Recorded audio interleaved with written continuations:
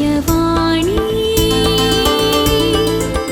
Divyavani, Divyavani, Divyavani.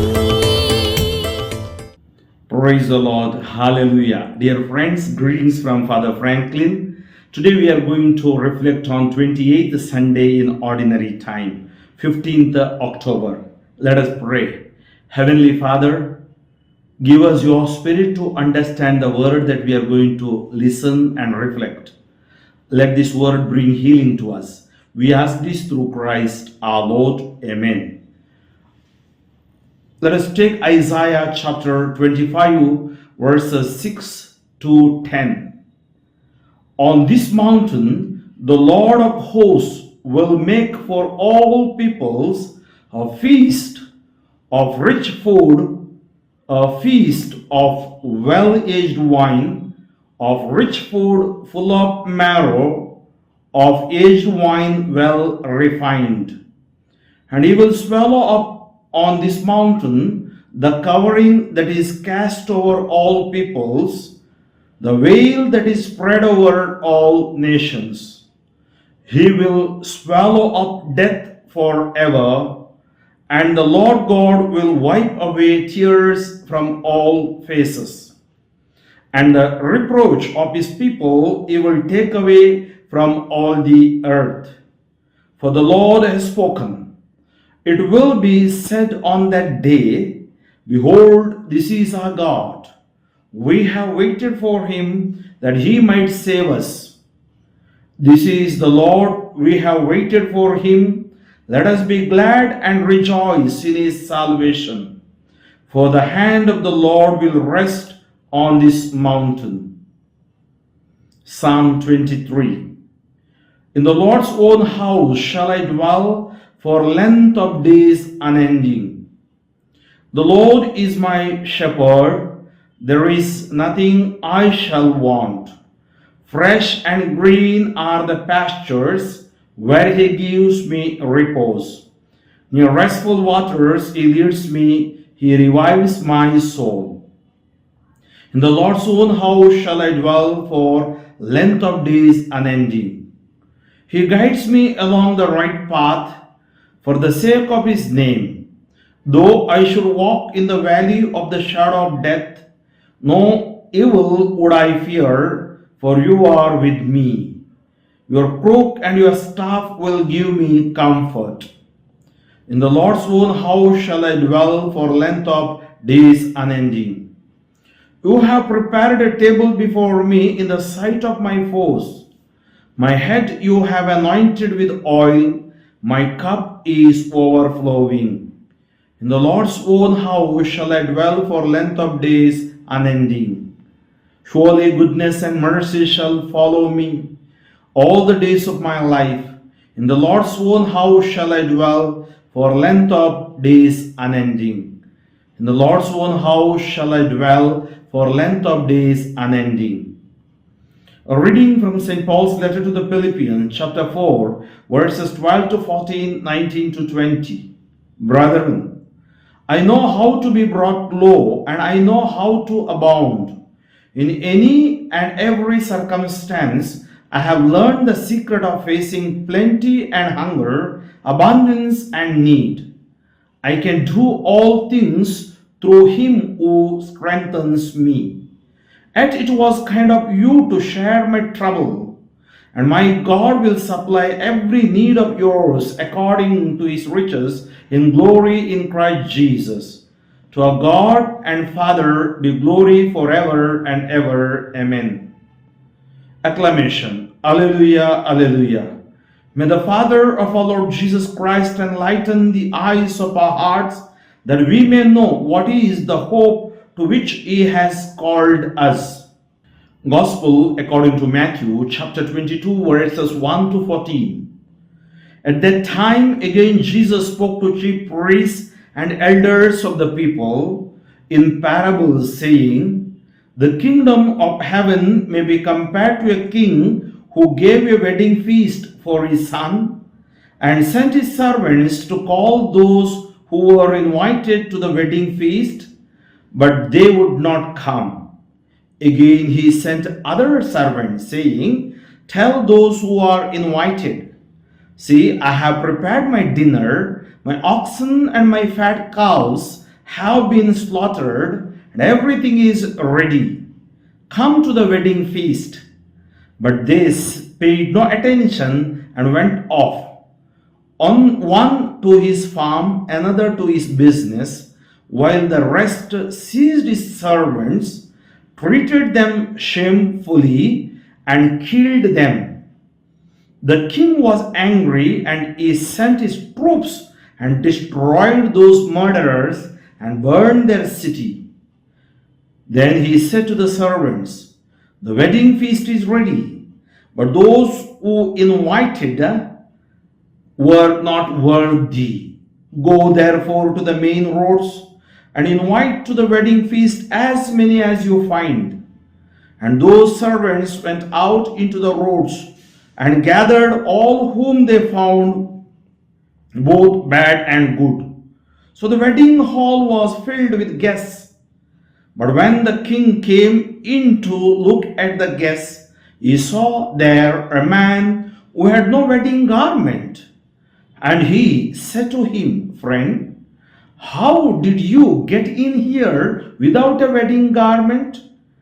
And he was speechless.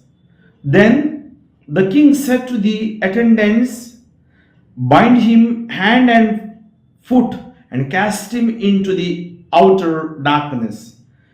In that place there will be weeping and gnashing of teeth, for many are called, but few are chosen.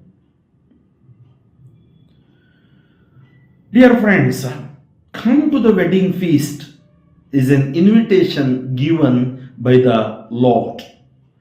Prophets, spiritual writers, Jesus himself have all taken great pains to help us wake up to what is best in us, because it is deep and mysterious. We have to be taught in metaphors and images. The favorite image of the ancients was the banquet, and among the banquets, the richest image was the wedding banquet. Seemingly, a wedding was the occasion of the highest joy that humans were capable of. Our gospel today uses the same image of the wedding banquet to which all are invited. It is a universal invitation, but there are those who do not want to come. They make excuses, and each excuse is perfectly valid.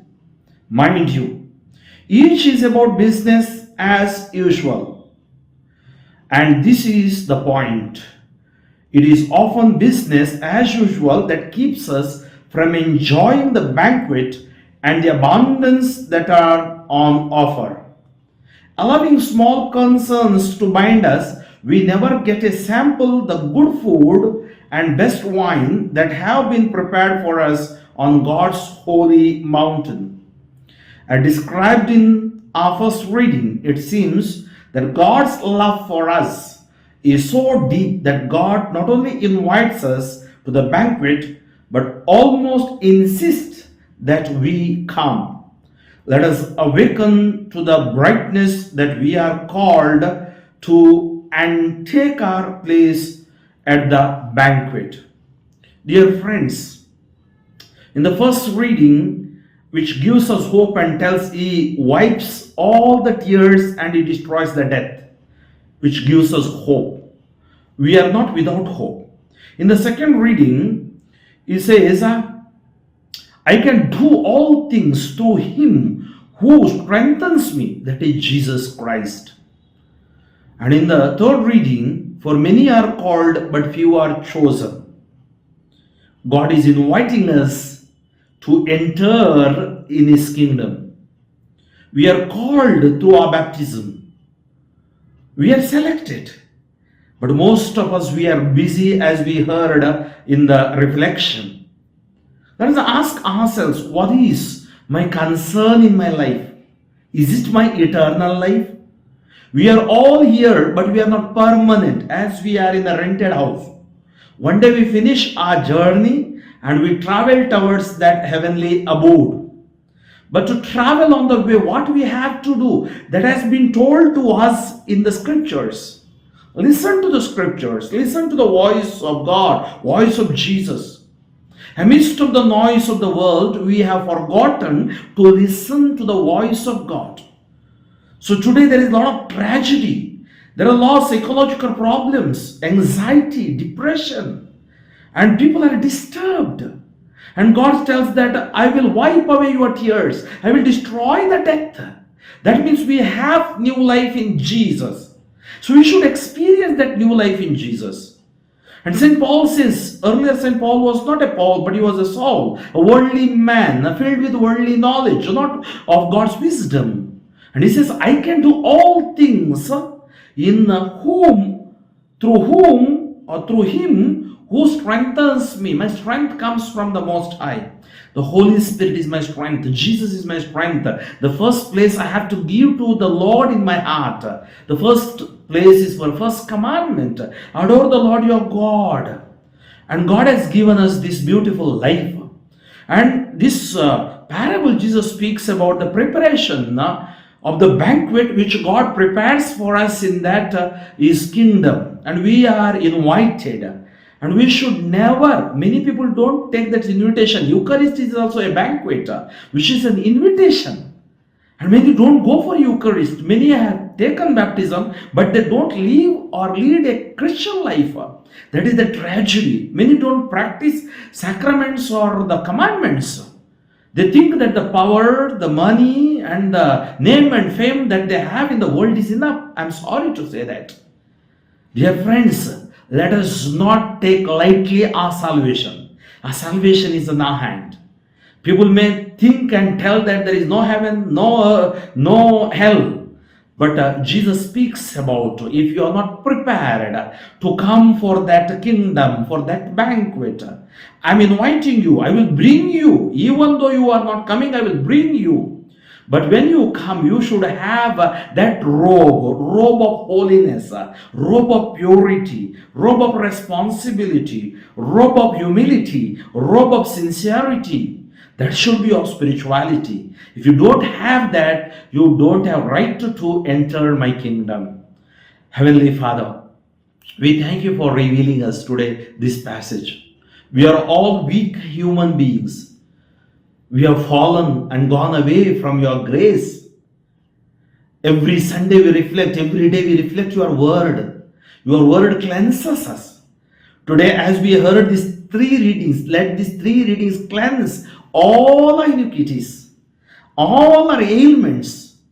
Let it help us to become more humble, to listen to your voice, not to harden our hearts as on that day of Massa in the desert they did. Lord, fill us with your Holy Spirit. Heal us, O Lord, we will be healed. Save us, O Lord, we will be saved. It is you whom we love.